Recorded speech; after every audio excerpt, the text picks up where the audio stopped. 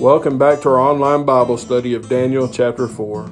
We hope that you have your family gathered around the table, that you take some time discussing what all this means and how you can apply it to your lives.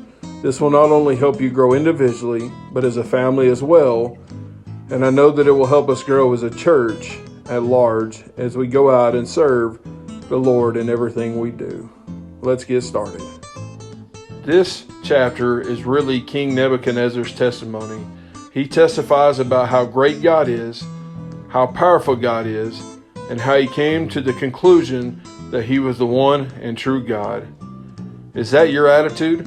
Talk with your family about your testimony. How are you sharing it? And if you're not sharing it, how do you plan to share it in the near future? After telling us how great God is and how powerful God is and why he deserves all our praise and affection, the king describes how he got to this point. We know that the kingdom was enjoying great peace and prosperity. There were no serious threats. And then all of a sudden, the king receives a second dream. As before, the wise men were not able to interpret it, but Daniel could. In this dream, we see a tall tree that touched the sky. It was a very beautiful tree. And then all of a sudden, we see an angel come down and demand that the tree be stripped of its leaves and fruits with only a stump left. And then a band was placed around the stump. All of a sudden, that tree turned into a man, and we understand that this man had to live in the wilderness for 7 years. As Daniel is called in to interpret the dream, we know that this dream alarms Daniel, because he tells the king that the tree represents his kingdom, and his kingdom would soon be stripped of all its power and glory. And then this tree turned into the man, and this man was King Nebuchadnezzar, who would be forced into the wilderness where he would spend the next 7 years because of his pride. Daniel pleaded that the king would turn from his boastful ways and that he would bow down and worship the Lord and recognize how great God is, so that all of this could possibly be avoided. But we know that that didn't happen.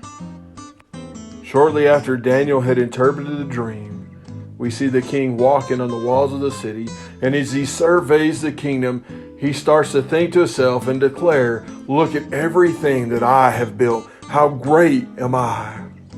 Which leads to the fulfillment of the dream.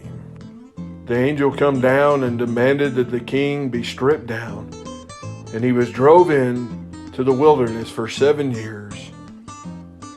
But then after 7 years, we know that the king looked up.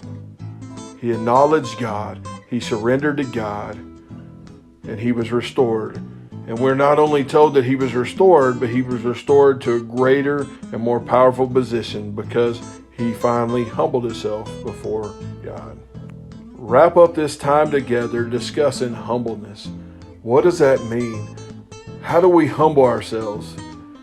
You know, humbleness first starts with looking up to God and surrendering to God. Then it starts with obeying God and realizing how God fits into the picture and fixing our perspective. God really is worth serving. Spend some time with your family discussing all this and what it means and how you're going to apply it to your life.